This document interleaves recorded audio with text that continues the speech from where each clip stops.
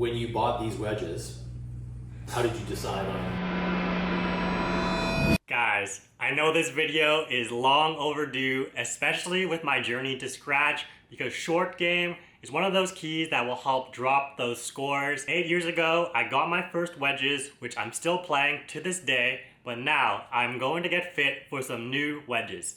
So just a backstory, when I first got these wedges, I went to my golf town, I looked at the rack, and these black ones caught my eye, and I saw they're on sale. So who doesn't love a sale? It's a win-win.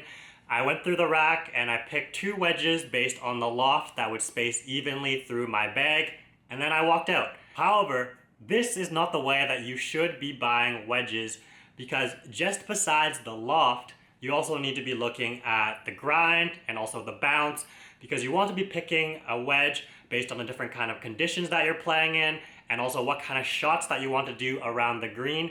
And all of those characteristics of a wedge plays into the decision of which wedge you want to get. Now, to be honest, I'm still not an expert on wedges, which is why I sought out the help of a professional who will get me on the right track.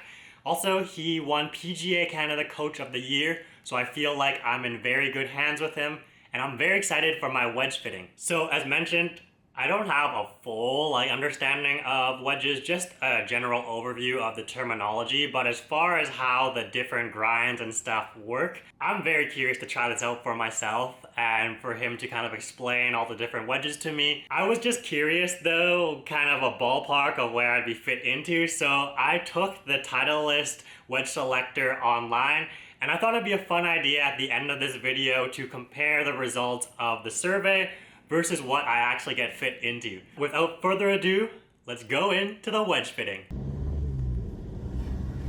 Are you excited for your wedge fitting today? Yep, finally getting some wedges after 8 years.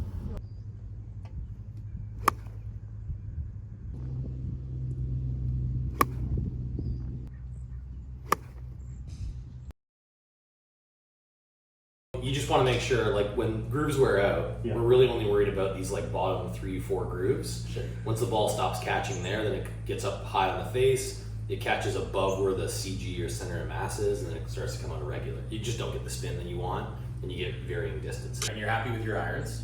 For now, yes, just because investing in a bunch of stuff is kind of expensive, so I don't want to. You've got a decent set of irons in your bag here. Irons don't wear out typically, so you're kind of okay here as long as shaft and lie angle, all that kind of stuff matches up.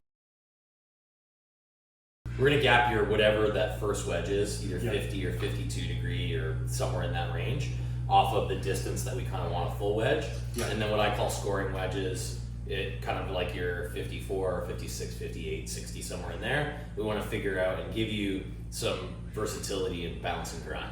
So I'm going to give you something maybe with a little bit higher bounce when you need it, something with a little bit lower bounce, and maybe a different cut sole so we can kind of open and maneuver the club. So you have 2 options kind of around the greens, and then you got like an approach. Bounce works with loft really nicely. So this is 12 degrees of bounce.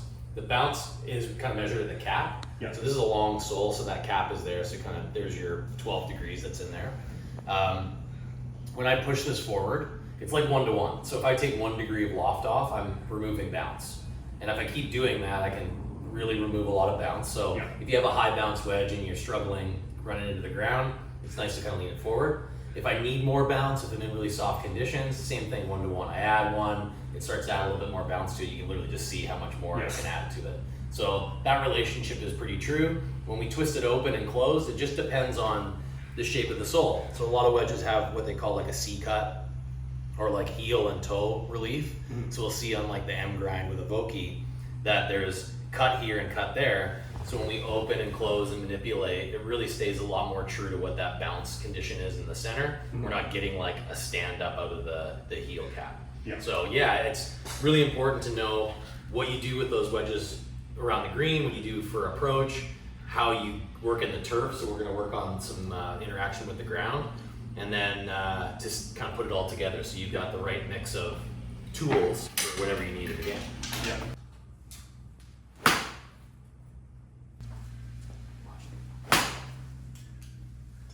We're looking at a few things like club path, face angle, what their relationship is as you deliver this thing, where your swing direction is. If, you know, like a broadband way to look at it, if we kept all these numbers under like 2 degrees to our target, excuse me, we're just gonna get a lot of shots that come out kind of straight.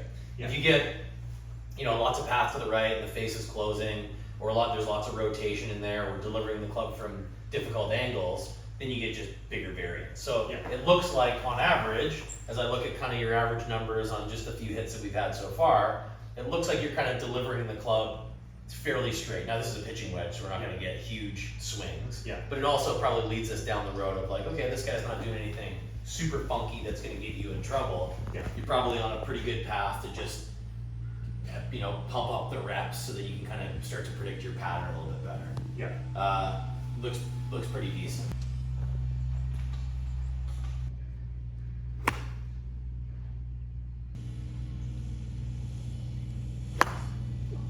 So from a fitting perspective for the gap wedge, the wedge after the pitching wedge, we're really looking for, we have two options, less bounce or more bounce. The sole cut is going to be pretty straight. We're not going to be opening and closing this very much. We just have to decide if you need some help to kind of resist the ground, so we would go to something with a little bit more bounce. Or if you're prone to catching it a bit thin occasionally, we might not want to put more bounce in there just in case it starts to kick up into the golf ball. So it's a difference between 4 degrees of bounce, but it's noticeable when you're dealing with like softer conditions. It'll kind of help you out. You're playing most of your golf in the lower mainland throughout our summer. It's soft, right? It's way softer than other places you can play. So we kind of like to leave more bounce if we can to kind of help us from digging into the ground, unless you say, I'm really scared about thinning it.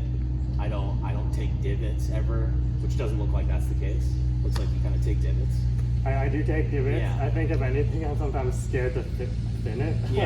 I just have to remember to myself, just don't like come up and then just stay down on it. But I feel like, I mean, we are trying to, can I borrow your wedge for a sec? We are trying to get to, as far as an impact position, really that 5th groove. As like the center, that impact of where we want to put it on the golf ball. So when we're playing full shots, there has to be a little bit of shaft lean to get that center closer to the ground. So as long as we've got that sort of arrangement, this isn't going to be a problem, you thinning a golf ball based on the way you've hit it so far, unless you start to change your speed. If you get fast in your backswing or short, and you don't get your transition, your weight going forward, then yeah, for sure you can kind of scoot it out away from you. But for the most part, it looks like you're okay in delivering the club. And it's same thing that we were talking about inside. If you get closer and taller to it and work more vertically, then it's more steep. Right? That's right. Then you're kind of taking out the possibility of kind of coming around the corner and catching it thin. Oh yeah, on demand. Okay, do it again. Let's start with a 52 high bounce gap wedge. This is vokey's new version of a wedge.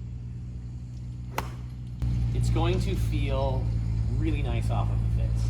It's forged all the way through, and it just, they've really improved feel and acoustics this year from last year, if you can imagine. They look so similar, but they're so much better. Yeah, great. Would you normally swing these ones full too, or I don't know if I've really... Not ever. Yeah, okay. Not really ever. So this is like, when you think about what a wedge is for scoring, it's control. So control is not the top end of my bag like a driver. Control is like, I gotta hit this really solid. I can't really make much mistakes in how I interact with the ground. I kind of want to stay really steady, and I'd be happy if it went straight more than it kind of got offline.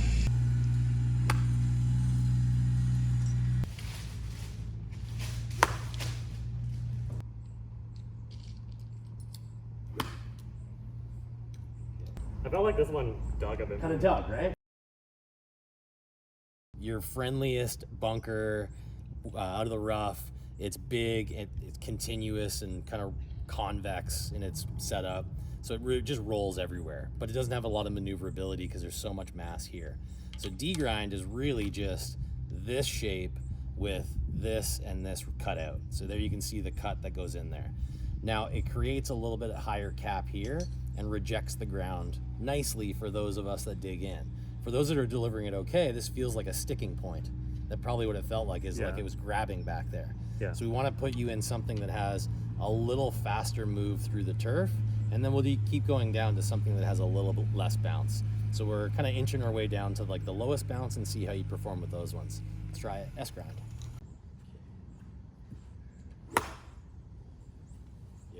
So no sticking. I know the first one dug in a little bit, but hit a few shots with that one.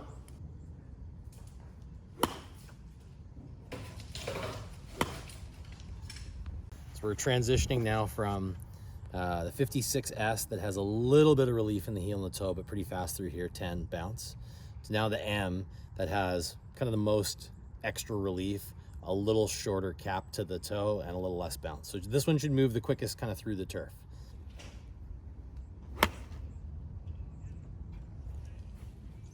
I feel like I almost like picked that clean without a divot. Yeah, I mean, there's not much down there, right, when we get into that 8. So you can really kind of lean on this thing. The divots are going to be pretty sharp. When we get into lower bounce wedges, there was always this perception that it was for higher skill players. Yeah. It's kind of accurate when we're dealing with something that just doesn't have assist in the ground.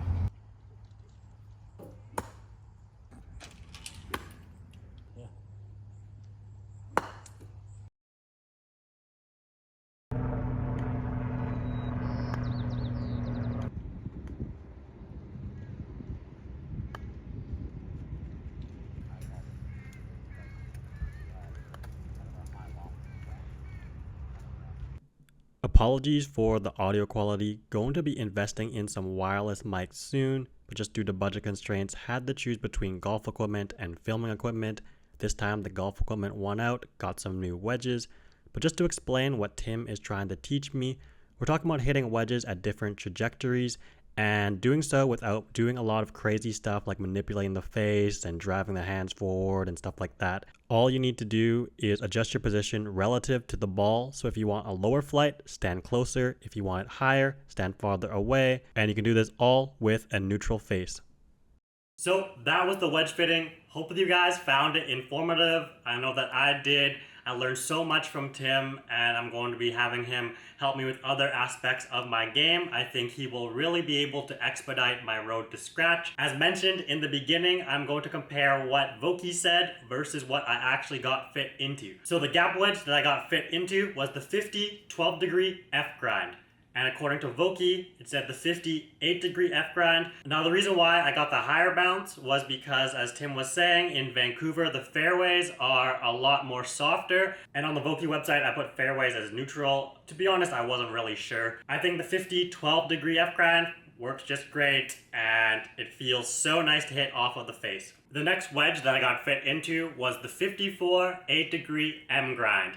Now, according to Vokey, it said 54 10-degree S grind, and during the fitting, I was back and forth between those two wedges, but it ultimately came down to the 8-degree M grind because we wanted a lower degree bounce, just because my 60-degree is going to have a higher bounce, and the M grind just offers a bit more versatility when you're trying to manipulate the face. And as I start to get better, wanting to have a bit more options and want to future-proof that wedge. Both the S and M grind, very great options. I love the interaction through the turf. It just felt very smooth.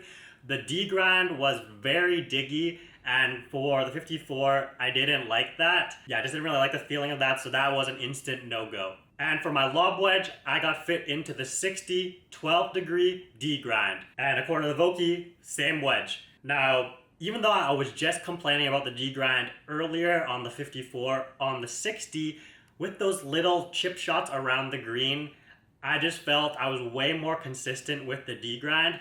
I tried with the S grind, and yeah, I was thinning them. I just wasn't getting the best contact. So the D grind, a very reliable, consistent option. And also too, out of the sand, it made it a lot easier. So unfortunately, didn't have any sand footage shots. It was just raining a lot.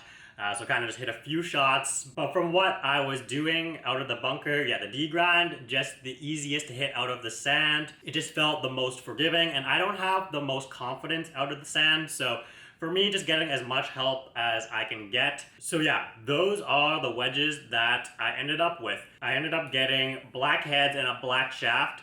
And the 60-degree I actually got custom from Wedgeworks, so that one will be coming in maybe a month or so.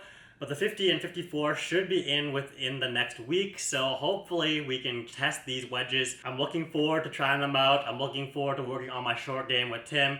He already kind of gave me a few different tips that I can try. But yeah, I feel like working with him, I'll be able to shave off a lot of strokes around the green. And so yeah, I'm very excited for that, and I can't wait for my vokeys. Anyways though, if you've enjoyed the video, smash the like button, subscribe if you aren't already, and I'll see you guys in the next video. Thanks for watching. Peace.